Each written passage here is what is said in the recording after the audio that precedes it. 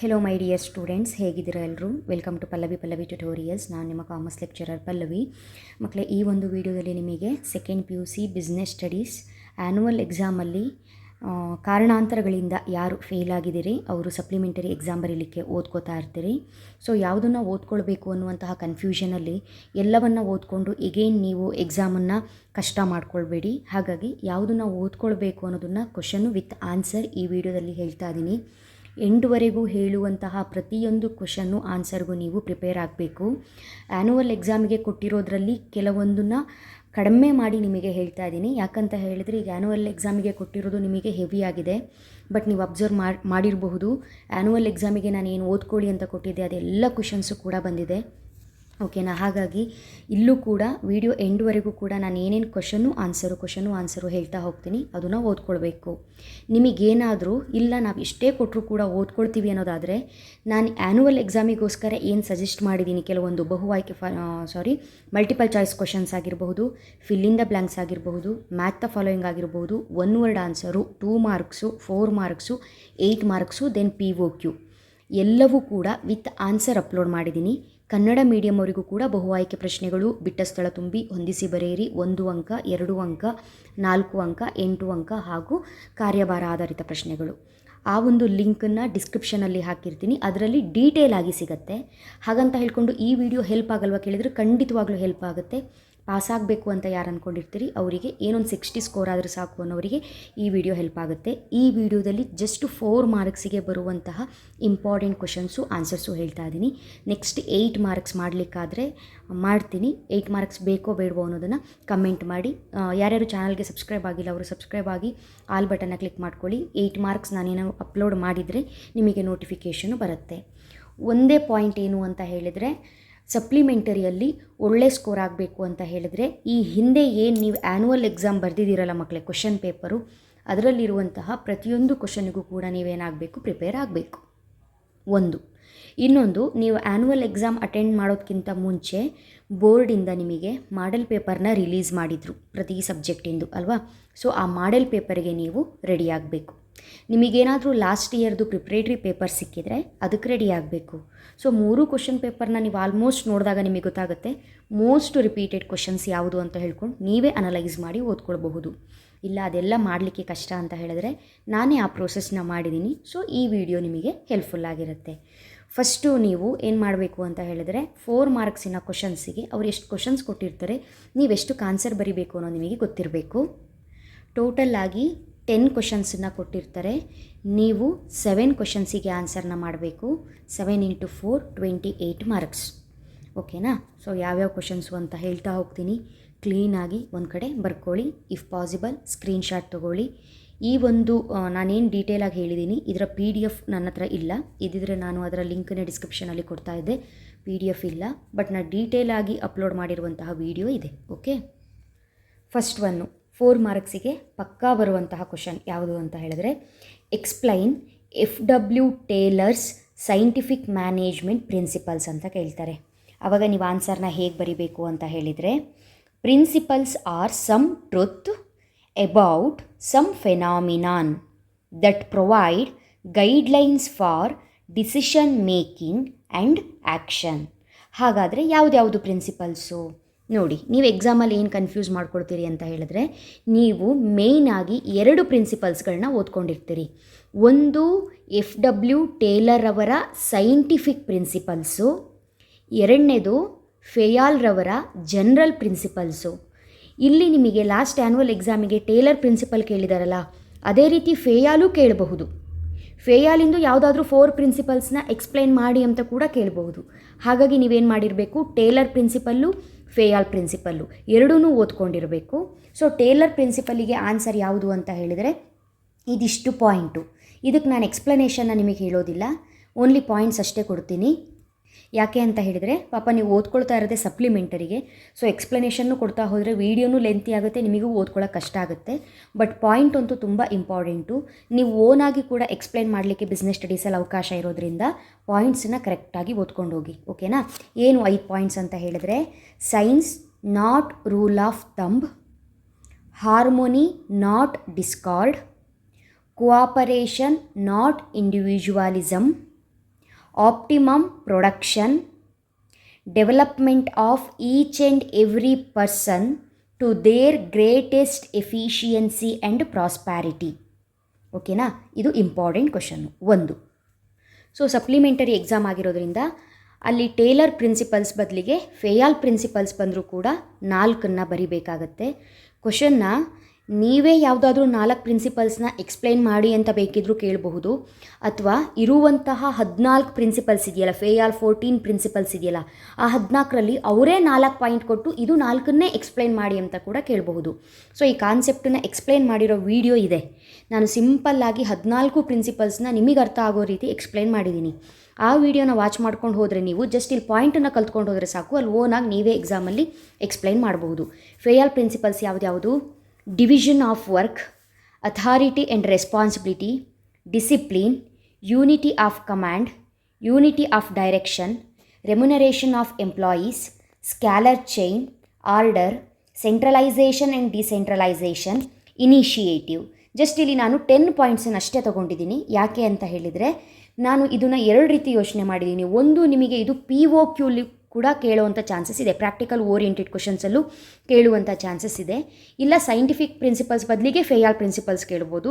So 10 ಓದ್ಕೊಂಡ್ರೆ POQಗೆ ಕೇಳಿದ್ರೆ ಈ 10 point ನಾನು ಇಲ್ಲಿ ಹೇಗೆ ಬರೆದಿದ್ದೀನಲ್ಲ ಇದೇ ರೀತಿ ಬರೆದ್ರೆ ಆಯಿತು. ನೋಡಿ, 5 ಮಾರ್ಕ್ ಸಿಗಬೇಕು POQಲಿ ಅನ್ನೋ ಕಾರಣಕ್ಕೆ ಈ ರೀತಿ ಬರೆದಿರೋ ಅಂಥದ್ದು. ಸೊ ನೀವು ಈ ರೀತಿಯಾಗಿ ಬರೀಬಹುದು. ಇಲ್ಲ ಅಂತ ಹೇಳಿದ್ರೆ ನಿಮಗೇನಾದರೂ 4 ಮಾರ್ಕ್ಸ್ ಕೇಳಿದ್ರೆ 4 ಪಾಯಿಂಟ್ಸನ್ನು ಎಕ್ಸ್ಪ್ಲೈನ್ ಮಾಡಬೇಕು. ಅರ್ಥ ಆಯ್ತಲ್ಲ? ಸೊ ಈ ಕಾನ್ಸೆಪ್ಟ್ ಓದ್ಕೊಳ್ಳೋದು ನಿಮಗೆ ಲಾಸ್ ಆಗಲ್ಲ. ಲಾಸ್ಟ್ ನಿಮ್ಮ ಆ್ಯನ್ಯುವಲ್ ಎಕ್ಸಾಮಿಗೆ POQಗೆ ಇದೇ ಕ್ವಶನ್ನೇ ಬಂದಿರೋದು, ಹೌದಲ್ವಾ? ಹಾಗಾಗಿ ಮಿಸ್ ಮಾಡಬೇಡಿ.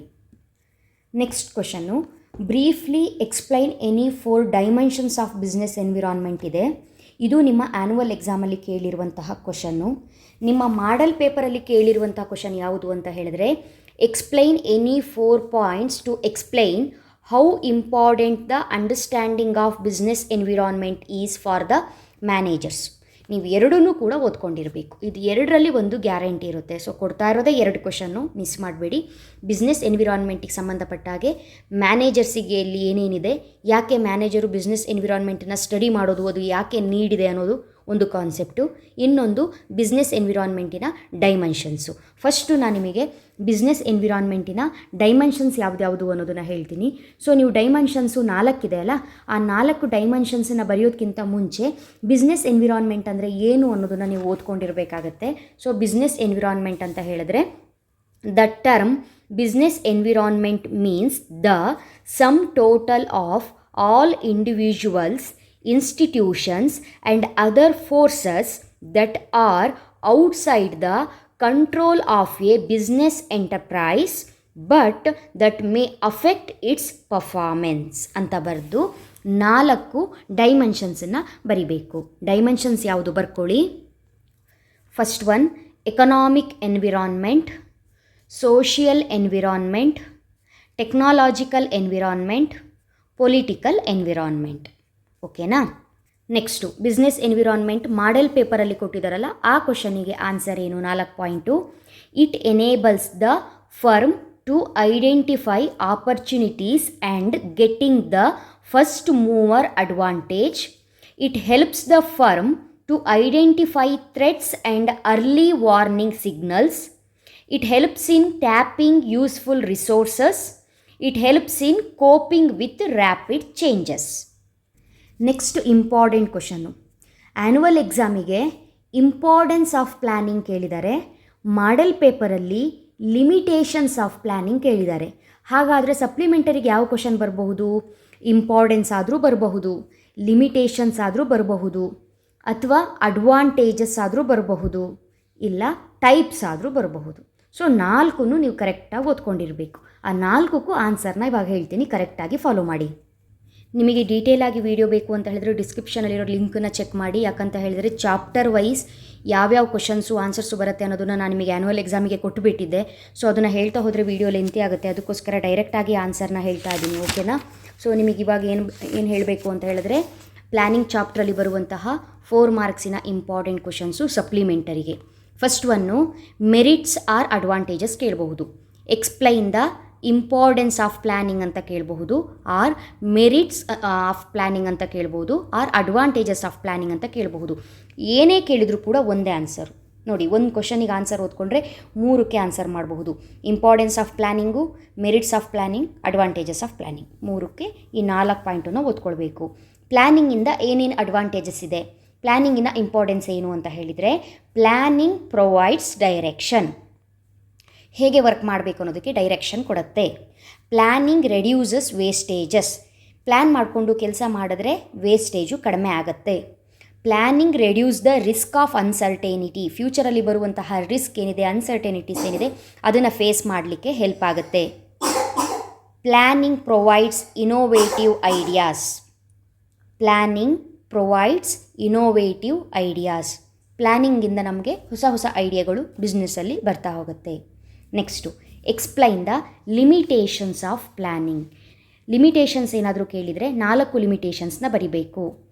ಲಿಮಿಟೇಷನ್ಸ್ ಬರೆಯೋದಕ್ಕಿಂತ ಮುಂಚೆ ಈ ರೀತಿಯಾಗಿ ಎಂಟ್ರಿಯಲ್ಲಿ ಒಂದು 2 ಲೈನ್ಸ್ ಮೀನಿಂಗ್ನ ಬರಿಬಹುದು. Planning involves huge cost. When plans are drawn up, huge cost are involved in their formulation. Limitation ಮತ್ತು ಡಿಸಡ್ವಾಂಟೇಜು ಬೋತ್ ಆರ್ ಸೇಮ್, ನೆನಪಿರಲಿ. Planning leads to rigidity. Planning may not work in dynamic environment. Planning reduces creativity. Planning involves huge cost. ಇದು limitations of planning. So importance, advantages, limitations ಆಯಿತು. So ಮರಿಬೇಡಿ. ಮತ್ತು ಎಕ್ಸಾಮಲ್ಲಿ ಅಯ್ಯೋ ನಮಗೆ annual ಎಕ್ಸಾಮಿಗೆ importance of planning ಕೇಳಿದ್ರು, ಇಲ್ಲಿ ನೋಡಿದ್ರು ಅಡ್ವಾಂಟೇಜ್ ಕೇಳಿದ್ದಾರೆ ಅಂತ ಹೇಳ್ಕೊಂಡು ಕನ್ಫ್ಯೂಸ್ ಮಾಡಿ ಬರಬೇಡಿ. Importance, advantages both are same, answer same. Okay, next explain the features of planning. So ಇದು ಕೂಡ ಕೇಳೋ ಚಾನ್ಸಸ್ ಇದೆ ಮಕ್ಕಳೇ. ಪ್ಲ್ಯಾನಿಂಗ್ ಮೇಲೆ ಒಂದು ಕ್ವಶನ್ ಪಕ್ಕ ಅಂದಾಗ ಯಾವುದು ಬೇಕಿದ್ರೂ ಕೇಳ್ಬೋದು. ಫೀಚರ್ಸು 4 ಪಾಯಿಂಟ್ ನೋಡ್ಕೊಂಡು ಹೋಗಿ. Planning focuses on achieving objectives. Planning is a primary function of management. Planning is pervasive. Planning is continuous process. 4 point ಓನಾಗಿ ಎಕ್ಸ್ಪ್ಲೈನ್ ಮಾಡಿ. ಟೈಪ್ಸ್ ಕೇಳಿದರೆ explain any 5 types of plan. Policies, objectives, strategies, procedures, program. So 5th one ಇಷ್ಟು question ಓದ್ಕೊಳ್ಬೇಕಾ ಅಂದ್ಕೋಬೇಡಿ. Planning ಚಾಪ್ಟ್ರಲ್ಲಿ 4 ಮಾರ್ಕ್ಸಿಗೆ ಬರೋ questions ಇರೋದೇ 5 ಒಂದು ಪಕ್ಕ ಬರುತ್ತೆ. ಲಿಮಿಟೇಷನ್ಸು ಮಾಡೆಲ್ ಪೇಪರಲ್ಲಿ ಬಂದಿದೆ, ಇಂಪಾರ್ಟೆನ್ಸು ನಿಮ್ಮ ಆ್ಯನ್ಯುವಲ್ ಪೇಪರಿಗೆ ಬಂದಿದೆ. ಸೊ ಈ ಸಲ ನಿಮಗೆ ಏನು ಕೇಳಬಹುದು, ಟೈಪ್ಸ್ ಕೇಳಬಹುದು, ಇಲ್ಲ ಪ್ರೋಸೆಸ್ ಕೇಳಬಹುದು, ಇಲ್ಲ ಫೀಚರ್ಸ್ ಕೇಳಬಹುದು. ಹಾಗಾಗಿ ನೀವೆಲ್ಲದಕ್ಕೂ ರೆಡಿ ಇರಬೇಕು ಅನ್ನೋ ಕಾರಣಕ್ಕೆ ನಾನು ಎಲ್ಲದಕ್ಕೂ ಆನ್ಸರ್ನ ಕೊಡ್ತಾ ಇದ್ದೀನಿ. ಪ್ರೋಸೆಸ್ ಯಾವುದು ಅಂತ ಹೇಳಿದ್ರೆ, explain the steps in planning process. ಜಾಸ್ತಿ ಈ ಕಾನ್ಸೆಪ್ಟನ್ನು ಕೇಳೋವಂಥದ್ದು POQಲಿ.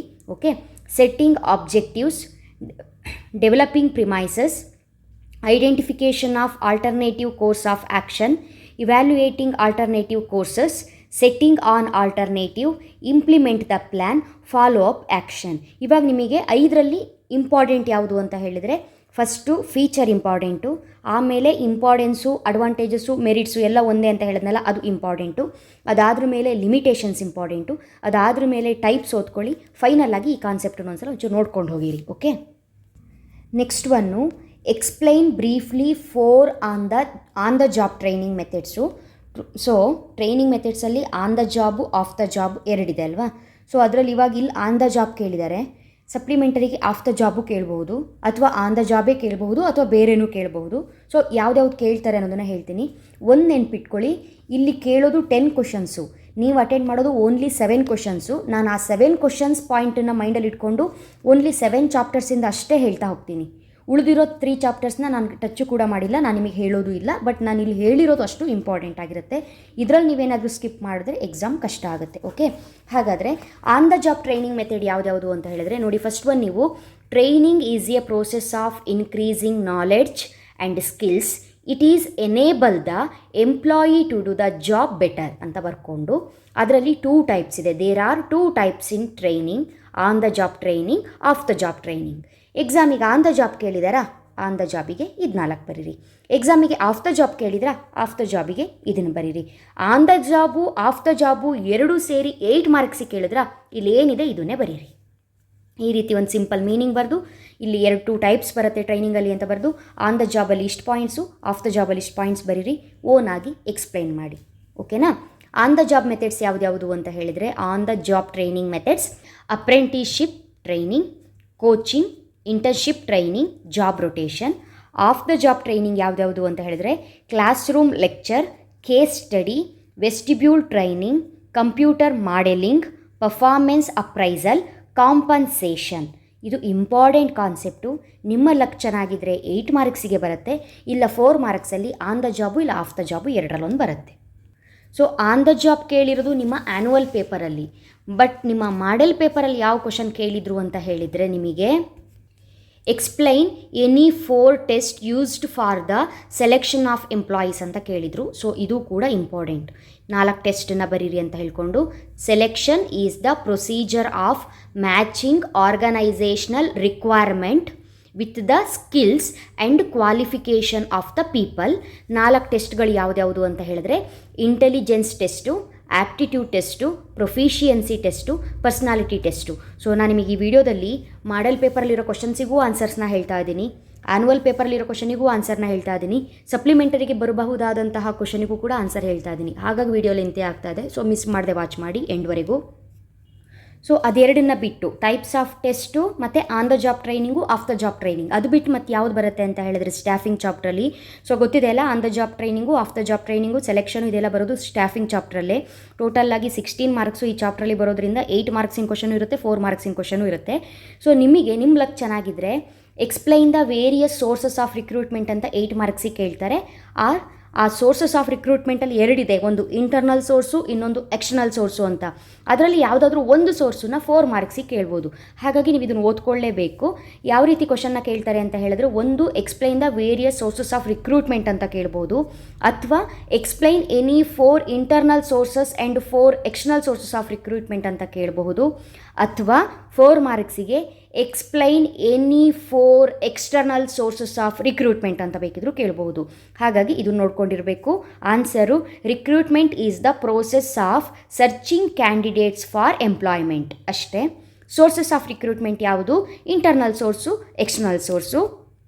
ಇಂಟರ್ನಲ್ ಸೋರ್ಸಸ್ಸಲ್ಲಿ 2 ಬರುತ್ತೆ, promotion, transfer. Within the organisation ಏನು ಮಾಡೋವಂಥದ್ದು, ರಿಕ್ರೂಟ್ಮೆಂಟ್ ಮಾಡ್ಕೊಳ್ಳೋವಂಥದ್ದು ಇಂಟರ್ನಲ್ ಸೋರ್ಸ್ ಅಂತ ಹೇಳಿದ್ರೆ. ಎಕ್ಸ್ಟರ್ನಲ್ ಸೋರ್ಸಸ್ ಅಂತ ಹೇಳಿದ್ರೆ ಔಟ್ಸೈಡಲ್ಲಿರುವಂಥ ಕ್ಯಾಂಡಿಡೇಟ್ಸ್ಗಳನ್ನು ಏನು ಕರೆಕ್ಟಾಗಿರುವ ಕ್ಯಾಂಡಿಡೇಟ್ಸ್ಗಳನ್ನು ಸೆಲೆಕ್ಟ್ ಮಾಡಿ ರಿಕ್ರೂಟ್ ಮಾಡ್ಕೊಳ್ಳೋವಂಥದ್ದು ಬಿಸ್ನೆಸ್ಸಲ್ಲಿ ಎಕ್ಸ್ಟರ್ನಲ್ ಸೋರ್ಸಸ್ ಅಂತ ಹೇಳಿದರೆ. Direct recruitment, casual callers, advertisements, employment exchange, placement agencies, campus requirement. Direct recruitment, casual callers, advertisements, employment exchange, placement agencies, campus recruitment. ಓಕೆನಾ. ಸೊ ಗೊತ್ತಾಯ್ತಲ್ಲ, ಈ 4 ಕ್ವಶನ್ಸನ್ನ ನೋಡ್ಕೊಳ್ಳೇಬೇಕು. ಟೆಸ್ಟು 4 ಟೆಸ್ಟ್ ಏನು ಬಂದಿದೆ, ಅದು internal sources of recruitment, external sources of recruitment, next on the job training, off the job training. Okay. Next ಇನ್ನೊಂದು important question ಯಾವುದು ಅಂತ ಹೇಳಿದರೆ, ಕಂಟ್ರೋಲಿಂಗ್ ಪ್ರೋಸೆಸ್ಸಲ್ಲಿ ಕೇಳುವಂಥದ್ದು. Steps involved in controlling process, controlling ಚಾಪ್ಟ್ರಲ್ಲಿ ಕೇಳುವಂತಹ ಕ್ವಶನ್ನು 4 ಮಾರ್ಕ್ಸಿನ ಒಂದು ಪಕ್ಕ ಕ್ವಶನ್ ಇದ್ದೇ ಇರುತ್ತೆ. ಸೊ ಆನ್ಸರ್ನ ಬರೆಯುವಾಗ ಯಾವ ರೀತಿ ಬರಿಬೇಕು ಅಂತ ಹೇಳಿದ್ರೆ, controlling is the continuous process of evaluating actual performance with standard performance of an individual, group or department ಅಂತ ಬರೀರಿ.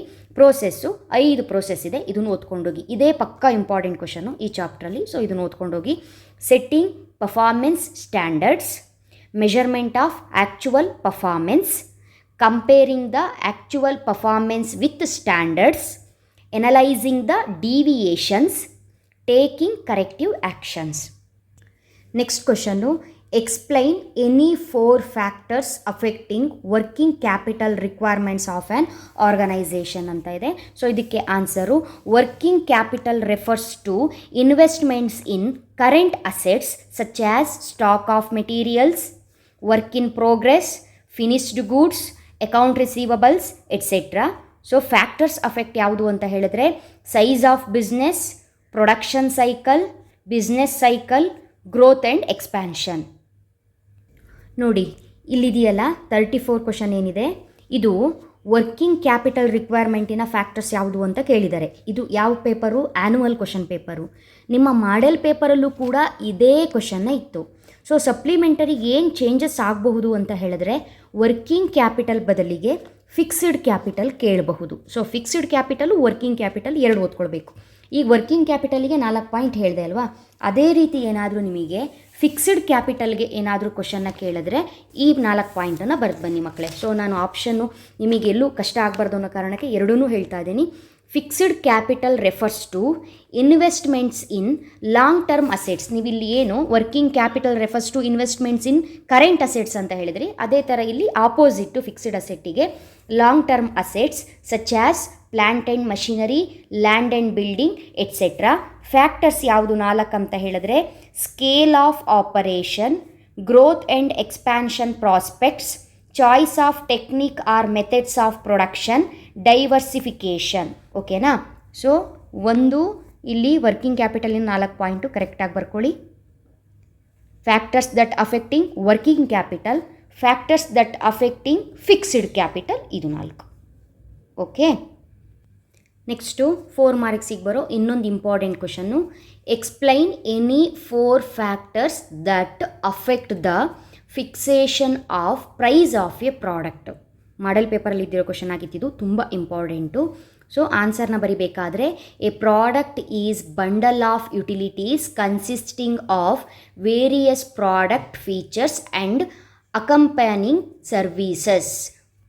ಸೊ ಫ್ಯಾಕ್ಟರ್ಸ್ ಯಾವುದ್ಯಾವುದು ಅಂತ ಹೇಳಿದರೆ business objectives, cost of the product, quality of the product, marketing mix, product differentiation.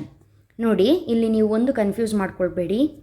ಇಲ್ಲಿ price of a product, ನಾವು ಪ್ರಾಡಕ್ಟಿನ ಪ್ರೈಸನ್ನ fix ಮಾಡಬೇಕಾದ್ರೆ internal factors, external factors ಅಂತ 2 ಬರುತ್ತೆ.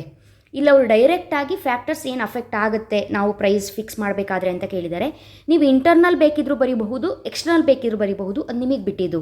ಆದರೆ ನೀವು ಎರಡೂ ಓದ್ಕೊಂಡು ಹೋಗಲೇಬೇಕು. ಯಾಕಂತ ಹೇಳಿದ್ರೆ ಈ ಕ್ವಶನ್ನು ನಿಮಗೆ ಆ್ಯನ್ಯುವಲ್ ಎಕ್ಸಾಮ್ 8 ಮಾರ್ಕ್ಸಿಗೆ ಬಂದಿತ್ತು. ನಾನು ಕೂಡ ನಿಮಗೆ ಇದನ್ನು ಓದ್ಕೊಳ್ಳಿ ಅಂತ ಹೇಳ್ಕೊಂಡು 8 ಮಾರ್ಕ್ಸಿಗೆ ಯಾವ ರೀತಿ ಬರೀಬೇಕು ಅದೇ ಆನ್ಸರ್ನು ಕೂಡ ಕೊಟ್ಟಿದ್ದೆ. ಓಕೆ, ನೋಡಿ ಆನ್ಸರ್ನ ಕೊಡುವಾಗ ಹೇಗೆ ಕೊಟ್ಟಿದ್ದೆ ಅಂತ ಹೇಳಿದ್ರೆ 8 ಮಾರ್ಕ್ಸ್ಗೂ ಕೇಳ್ತಾರೆ ಅಂತ ಹೇಳಿ 2 ಇಂಟರ್ನಲ್ಲು ಎಕ್ಸ್ಟರ್ನಲ್ಲು 2 ಕೂಡ ಕೊಟ್ಟಿದ್ದೆ. ಆನ್ಸರ್ ಬರಿಬೇಕಾದ್ರೆ ಈ ರೀತಿಯಾಗಿ ಬರೀರಿ. Pricing is the process of fixing or determining reasonable price to the product or service. 8 ಮಾರ್ಕ್ಸಿಗೆ ಕೇಳಿದ್ರು ಇದೇ ಮೀನಿಂಗು, 4 ಮಾರ್ಕ್ಸಿಗೆ ಕೇಳಿದ್ರು ಇದೇ meaning. Factors which affect the pricing decision can be broadly classified into 2 categories. ಹೇಳಿದ್ದೀನಿ ಆಲ್ರೆಡಿ ಯಾವುದ್ಯಾವುದು, ಇಂಟರ್ನಲ್ ಫ್ಯಾಕ್ಟರ್ಸು, ಎಕ್ಸ್ಟರ್ನಲ್ ಫ್ಯಾಕ್ಟರ್ಸು. 4 ಮಾರ್ಕ್ಸಿಗೆ ಈ ಕ್ವಶನ್ನ ಕೇಳಿದ್ರೆ ಬೇಕಿದ್ರೆ ಬರೀ ಇಂಟರ್ನಲ್ ಫ್ಯಾಕ್ಟರ್ಸೇ ಬರೀರಿ, ಇಲ್ಲ ಎಕ್ಸ್ಟರ್ನಲ್ ಫ್ಯಾಕ್ಟರ್ಸೇ ಬರೀರಿ, ಇಲ್ಲ ಅವರೇನಾದರೂ ಇಂಟರ್ನಲ್ ಫ್ಯಾಕ್ಟರ್ 2 ಬರೀರಿ, ಎಕ್ಸ್ಟರ್ನಲ್ ಫ್ಯಾಕ್ಟರ್ 2 ಬರೀರಿ ಅಂತ ಹೇಳಿದ್ರೆ ಅವ್ರು ಹೇಳ್ದಾಗೆ ಬರೀರಿ. ಇಲ್ಲ ನಿಮ್ಮ ಚಾಯ್ಸು, ನೀವು ಬೇಕಿದ್ದರೂ ಇದರಲ್ಲಿ 2 ಅದರಲ್ಲಿ 2 ಬರೀಬಹುದು. ಆದರೆ ಈ ಕ್ವಶನ್ನು ಆ್ಯನ್ಯುವಲ್ ಎಕ್ಸಾಮ್ 8 ಮಾರ್ಕ್ಸಿಗೆ ಬಂದಿರೋದ್ರಿಂದ ಇಂಟರ್ನಲ್ಲಿಗೂ 4 ಪಾಯಿಂಟು, ಎಕ್ಸ್ಟರ್ನಲ್ಲಿಗೂ 4 ಪಾಯಿಂಟು ಓದ್ಕೊಂಡು ಹೋಗ್ಬೇಕು. ಓಕೆ, ಹಾಗಾದರೆ ಇಂಟರ್ನಲ್ ಫ್ಯಾಕ್ಟರ್ಸ್ ಅಂದರೆ ಏನು? These are the controllable factors which exist within the company's environment. ಓಕೆನಾ? ಎಕ್ಸ್ಟರ್ನಲ್ ಫ್ಯಾಕ್ಟರ್ಸ್ ಅಂತ ಹೇಳಿದರೆ external factors are known as uncontrollable factors compared to internal factors, they are more powerful. So ಯಾವುದು internal factors ಯಾವುದ್ಯಾವುದು ಅಂತ ಹೇಳಿದರೆ business objectives, cost of the product, quality of the product, marketing mix, product differentiation. External factors ಯಾವುದ್ಯಾವುದು ಅಂತ ಹೇಳಿದರೆ elasticity of demand, substitutes of the product, pricing policy of competitors, distribution channels, government policy. So next question, explain any 2 advantages and 2 limitations of advertising ಅಂತ. Model ಪೇಪರಲ್ಲೂ ಇದೇ question ಕೇಳಿದರು, ಆ್ಯನ್ಯುವಲಿಗೂ ಕೂಡ ಇದೇ repeat ಆಗಿದೆ. So ಸಪ್ಲಿಮೆಂಟರಿಗೂ ಇದೇ ಬರಬಹುದು ಅನ್ನುವಂತಹ 100% ಕಾನ್ಫಿಡೆಂಟಲ್ಲಿ ನಾವೇನು ಮಾಡೋಣ, ಫಸ್ಟ್ ಈ ಕಾನ್ಸೆಪ್ಟಿಗೆ ಪ್ರಿಪೇರ್ ಆಗೋಣ ಅಲ್ವಾ.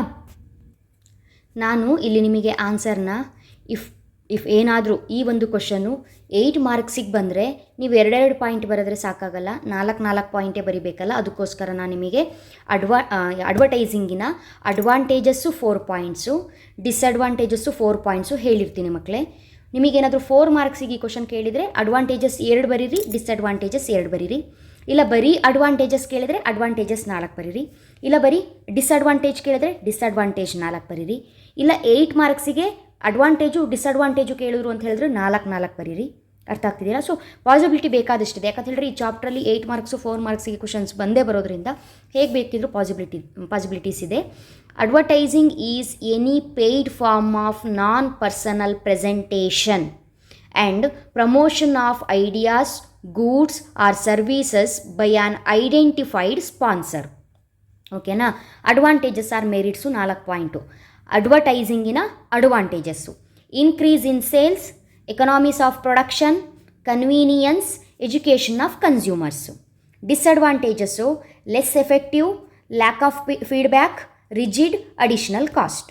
ಈ ಕ್ವಶನ್ ಬಿಟ್ಟು ಇದೇ ಚಾಪ್ಟ್ರಲ್ಲಿ ಬರುವಂತಹ 4 ಮಾರ್ಕ್ಸಿನ ಅದರ್ ಕ್ವಶನ್ಸ್ ಯಾವುದು ಅಂತ ಹೇಳಿದ್ರೆ, ಆಲ್ರೆಡಿ ಹೇಳಿದ್ನಲ್ಲ, ಪ್ರೈಸ್ ಫಿಕ್ಸೇಷನ್ನು ಇಂಟರ್ನಲ್ಲು ಅಥವಾ ಎಕ್ಸ್ಟರ್ನಲ್ಲು, ಅದು ಎರಡರಲ್ಲಿ ಒಂದು ಕೇಳ್ತಾರೆ. ಇಲ್ಲ ಅಡ್ವರ್ಟೈಸಿಂಗಿಂದು ಅಡ್ವಾಂಟೇಜಸ್ಸು, ಡಿಸ್ಅಡ್ವಾಂಟೇಜಸ್ಸು, ಇಲ್ಲ 2 ಅಡ್ವಾಂಟೇಜು 2 ಡಿಸ್ಅಡ್ವಾಂಟೇಜ್ ಕೇಳ್ಬೋದು. ಇಲ್ಲ ಅಂತ ಹೇಳಿದರೆ briefly explain any 4 characteristics of industrial products ಅಂತ ಕೇಳ್ಬೋದು. 4 ಪಾಯಿಂಟ್ ಕರೆಕ್ಟಾಗಿ ನೋಡ್ಕೊಳ್ಳಿ. Number of buyers, channel levels, derived demand, leasing out, ಇದು ಕೇಳಬಹುದು. ಇಲ್ಲ ಅಂತ ಹೇಳಿದರೆ ಇನ್ನೊಂದು state any 4 features of speciality products ಅಂತ ಕೇಳ್ಬೋದು. ಸೊ ಇದಕ್ಕೆ ಆನ್ಸರ್ನ ನೋಡ್ಕೊಳ್ಳಿ. ಆರ್ ಇನ್ನೊಂದು important question explain the elements of marketing mix, ಇದನ್ನು ಕೇಳಬಹುದು. Product, price, promotion, physical distribution, ಕರೆಕ್ಟಾಗಿ ನೋಡ್ಕೊಳ್ಳಿ, important. Explain the 4 elements of marketing mix ಅಂತ ಕೇಳಬಹುದು. Product, price, promotion, physical distribution. So ಅಷ್ಟನ್ನು ಬಿಟ್ಟು ಇನ್ನು 2 ಇಂಪಾರ್ಟೆಂಟ್ ಕ್ವಶನ್ ಇದೆ. Briefly explain any 4 factors that affect dividend decision of a company ಕೇಳಬಹುದು. ಅಥವಾ briefly explain any 4 factors that affect financing decision of a company ಕೇಳಬಹುದು. ಎರಡಕ್ಕೂ ಆನ್ಸರು ಕರೆಕ್ಟಾಗಿ ಪಾಯಿಂಟ್ಸನ್ನು ನೋಡಿಕೊಂಡು ಬರೀರಿ. ಎಕ್ಸಾಮಿಗೆ 2ರಲ್ಲಿ ಒಂದು important. Dividend decision relates to distribution of profit to the shareholders and its retention in the business for meeting the future investment requirements. Factors ಯಾವ್ದಾವುದು ಅಂತ ಹೇಳಿದ್ರೆ 4 ಬರೆದ್ರೆ ಸಾಕು. Earnings, stability of earnings, growth of opportunities, cash flow position, shareholder preferences, taxation policy, stock market reaction. ಎಕ್ಸಾಮಲ್ಲಿ ಮತ್ತು confusion ಮಾಡಿಕೊಂಡು ಡಿವಿಡೆಂಡಿಂದು ಫೈನಾನ್ಸಿಂದು ಡಿವಿಡೆಂಡಿಗೆ ಬರಿಬೇಡಿ. ಇದು ಡಿವಿಡೆಂಡ್ ಡಿಸಿಷನ್ನು. ಫೈನಾನ್ಸಿಂಗ್ ಡಿಸಿಷನ್ ಯಾವುದ್ಯಾವುದು ಅಂತ ಹೇಳಿದ್ರೆ factors cost, risk, flotation cost, cash flow position of the business. ಕರೆಕ್ಟಾಗಿ ನೋಡ್ಕೊಳ್ಳಿ, ಬರ್ಕೊಳ್ಳಿ. ನೀವು ಒಂದು ಕಡೆ ಹಾಗೆ ಬರ್ಕೊಳ್ಬೇಕು. Factors that affect financing decision of a company, ಇದು 4 point. Factors that affect dividend decision of a company, ಇದು 4 ಪಾಯಿಂಟ್. ಓಕೆನಾ? ಇದು ಫೈನಾನ್ಷಿಯಲ್ ಮ್ಯಾನೇಜ್ಮೆಂಟ್ ಚಾಪ್ಟರು. ಈ ಚಾಪ್ಟ್ರಲ್ಲಿ 4 ಮಾರ್ಕ್ಸಿಂದ 2 ಕ್ವಶನ್ ಬರುತ್ತೆ. ಹಾಗಾಗಿ ಮಿಸ್ ಮಾಡದೆ ಕರೆಕ್ಟಾಗಿ ಓದ್ಕೊಳ್ಬೇಕು. ಒಂದು ಇವಾಗ ನಾನು ಫೈನಾನ್ಸಿಂಗ್ ಡಿಸಿಷನ್ನು, ಡಿವಿಡೆಂಡ್ ಡಿಸಿಷನ್ನು 2ರಲ್ಲಿ 1 ಬರುತ್ತೆ, ಕರೆಕ್ಟಾಗಿ ಓದ್ಕೊಳ್ಳಿ ಅಂತ ಹೇಳಿದ್ದೆ. ಈ ಹಿಂದೆ ಈಗ ಒಂದು 2 ಕ್ವಶನ್ ಹಿಂದೆ ವರ್ಕಿಂಗ್ ಕ್ಯಾಪಿಟಲ್ಲು ಮತ್ತು ಫಿಕ್ಸ್ಡ್ ಕ್ಯಾಪಿಟಲ್ ಹೇಳಿದ್ದೆ, ಅದು ಕೂಡ ಇದೇ ಚಾಪ್ಟರ್ದು. ಅದು 2ರಲ್ಲಿ 1. ಒಂದೇ ಫಿಕ್ಸ್ಡ್ ಕ್ಯಾಪಿಟಲ್ ಕೇಳ್ತಾರೆ, ಇಲ್ಲ ವರ್ಕಿಂಗ್ ಕ್ಯಾಪಿಟಲ್ ಕೇಳ್ತಾರೆ, ಇಲ್ಲ ಫೈನಾನ್ಸಿಂಗ್ ಡಿಸಿಷನ್ ಕೇಳ್ತಾರೆ, ಇಲ್ಲ ಡಿವಿಡೆಂಡ್ ಡಿಸಿಷನ್ ಕೇಳ್ತಾರೆ. ಇಲ್ಲಾದರೂ ಸಮ್ ಟೈಮ್ ಏನೋ ಒಂದು ಪ್ರಾಬ್ಲಮ್ ಆಗಿ ಒಂಚೂರು ಚೇಂಜಸ್ ಅಂತ ಹೇಳಿ ಒಂದು ಕ್ವಶನ್ ಬರಬಹುದು ಈ ಚಾಪ್ಟ್ರಲ್ಲಿ. ಅದು explain briefly the importance of financial planning. So 5 point ಇದೆ, ಓದ್ಕೊಂಡೋಗಿ, ಕಷ್ಟ ಏನಿಲ್ಲ. Financial planning is concerned with the preparation of a financial blueprint of an organisation's for future operations. Importance tool to face uncertainties, ensures liquidity, ensures adequate funds, elimination of waste, better financial control. ಬಿಸ್ನೆಸ್ಸನ್ನು ಮಾಡುವಾಗ financially ನಾವು ಕರೆಕ್ಟಾಗಿ plan ಮಾಡಿಕೊಂಡು financial ಕಂಟ್ರೋಲ್ನ ಮಾಡಿದ್ರೆ ಯಾವ ರೀತಿಯಾಗಿ ನಮಗೆ profit ಆಗುತ್ತೆ, advantage ಆಗುತ್ತೆ ಅನ್ನೋದನ್ನು ಮೈಂಡಲ್ಲಿ ಇಟ್ಕೊಂಡು ಎಕ್ಸ್ಪ್ಲೈನ್ ಮಾಡಿದ್ರೆ ಆಯಿತು. Next last question, state any 4 responsibilities of consumers while purchasing, using and consuming goods and services. ಕ್ವಶನ್ನ ನೋಡಿಕೊಂಡು ಕನ್ಫ್ಯೂಸ್ ಮಾಡ್ಕೊಳ್ಬೇಡಿ. ಲಾಸ್ಟ್ ಚಾಪ್ಟರು ಕನ್ಸ್ಯೂಮರ್ ಪ್ರೊಟೆಕ್ಷನ್ ಇದೆ. ಆ ಚಾಪ್ಟ್ರಲ್ಲಿ 4 ಮಾರ್ಕ್ಸಿನ ಒಂದು ಕ್ವಶನ್ ಬಂದೇ ಬರುತ್ತೆ. Responsibilities of consumer, rights of consumers 2 concepts ಇರೋದು. ಹಾಗಾಗಿ ರೈಟ್ಸು, ರೆಸ್ಪಾನ್ಸಿಬಿಲಿಟಿ ಕರೆಕ್ಟಾಗಿ ಓದ್ಕೊಳ್ಳಿ. ರೆಸ್ಪಾನ್ಸಿಬಿಲಿಟೀಸ್ ಕೇಳಿದ್ರೆ ಆನ್ಸರ್ನ ಯಾವ ರೀತಿಯಾಗಿ ಬರೀಬೇಕು ಅಂತ ಹೇಳಿದ್ರೆ, awareness of rights, quality conscious, selection of goods, demand for cash memo. ಇದು ನಮ್ಮ ರೆಸ್ಪಾನ್ಸಿಬಿಲಿಟಿ. ನಾವು ಒಂದು ಗೂಡ್ಸನ್ನು ಪರ್ಚೇಸ್ ಮಾಡಬೇಕಾದ್ರೆ ನಮ್ಮ ರೆಸ್ಪಾನ್ಸಿಬಿಲಿಟಿ ಏನು ಅಂತ ಹೇಳಿದ್ರೆ, awareness of rights, quality conscious, selection of goods, demand for cash memo. Responsibilities ಬದಲಿಗೆ ಅದೇ ಚಾಪ್ಟ್ರಲ್ಲಿ ರೈಟ್ಸನ್ನು ಕೇಳಿದ್ರೆ explain any 4 rights of consumers ಅಂತ ಕೇಳಬಹುದು. ಕರೆಕ್ಟಾಗಿ ಆ ಕ್ವಶನ್ನ ಓದ್ಕೊಳ್ಬೇಕು ನೀವು. ರೆಸ್ಪಾನ್ಸಿಬಿಲಿಟೀಸ್ ಅಂತ ಇದೆಯೋ ರೈಟ್ಸ್ ಅಂತ ಇದೆಯೋ ಅಂತ ಹೇಳ್ಕೊಂಡು ಕರೆಕ್ಟಾಗಿ ನೋಡ್ಕೊಳ್ಳಿ. ಆ್ಯಂಡ್ ನೆನಪಿರಲಿ, ಸೆಕ್ಷನ್ ಸಿಯಲ್ಲಿ ಎಂಡ್ ಕ್ವಶನ್ನೇ ಆಗಿರುತ್ತೆ, ಯಾಕಂದರೆ ಲಾಸ್ಟ್ ಚಾಪ್ಟರಿಂದು ಎಂಡ್ ಕ್ವಶನ್ನೇ ಇದಾಗಿರುತ್ತೆ. ಇಲ್ಲಿ 4 ರೆಸ್ಪಾನ್ಸಿಬಿಲಿಟೀಸ್ ಅಂತ ಇದ್ದರೆ ನಾನು ಇವಾಗ ಹೇಳಿದ್ನಲ್ಲ ಅದು ಆನ್ಸರು. ಈ ಜಾಗದಲ್ಲಿ ರೈಟ್ಸ್ ಅಂತ ಇದ್ದರೆ ನೀವು ಈ ಆನ್ಸರ್ನ ಬರಿಬೇಕು. Right to safety, right to be informed, right to choose, right to be heard. ಓಕೆನಾ? ಸೊ ಸೆಕ್ಷನ್ ಸಿಯಲ್ಲಿ ಇಲ್ಲಿರೋ 10 ಕ್ವಶನ್ಸಲ್ಲಿ ನಾನು 2 ಕ್ವಶನ್ನ ಸ್ಕಿಪ್ ಮಾಡಿದ್ದೀನಿ. 35 ಮತ್ತು 33 ಸ್ಕಿಪ್ ಮಾಡಿ ಉಳಿದಿರೋ ಎಲ್ಲ ಕ್ವಶನ್ಸಿಗೂ ಆನ್ಸರ್ನ ಹೇಳೋದ್ರ ಜೊತೆಗೆ ಇಲ್ಲಿರೋ ಕ್ವಶನ್ ಒಂದಾದರೆ ಇದ್ರದ್ದು ಆಪೋಸಿಟ್ಟು ಸಪ್ಲಿಮೆಂಟರಿಗೆ ಯಾವ್ದು ಬರ್ಬೋದು ಅನ್ನೋದನ್ನು ಹೇಳಿ ಈ ವಿಡಿಯೋ ಅಷ್ಟು ಕಂಪ್ಲೀಟ್ ಮಾಡಿದ್ದೀನಿ. ಸೊ 30 ಮಿನಿಟ್ಸ್ ವಿಡಿಯೋ ಕರೆಕ್ಟಾಗಿ ನೋಡ್ಕೊಂಡು ಹೋಗಿ. ಇಷ್ಟರಲ್ಲೂ ಕೇಳಿರುವಂತಹ ಕ್ವಶನ್ಸೇ ತುಂಬ ಇಂಪಾರ್ಟೆಂಟ್ ಆಗಿರುತ್ತೆ. ಇದಕ್ಕೆ ನೀವು ಪ್ರಿಪೇರ್ ಆಗಿ. 8 ಮಾರ್ಕ್ಸ್ ನೆಕ್ಸ್ಟ್ ಅಪ್ಲೋಡ್ ಮಾಡ್ತೀನಿ. Okay, thank you, all the best.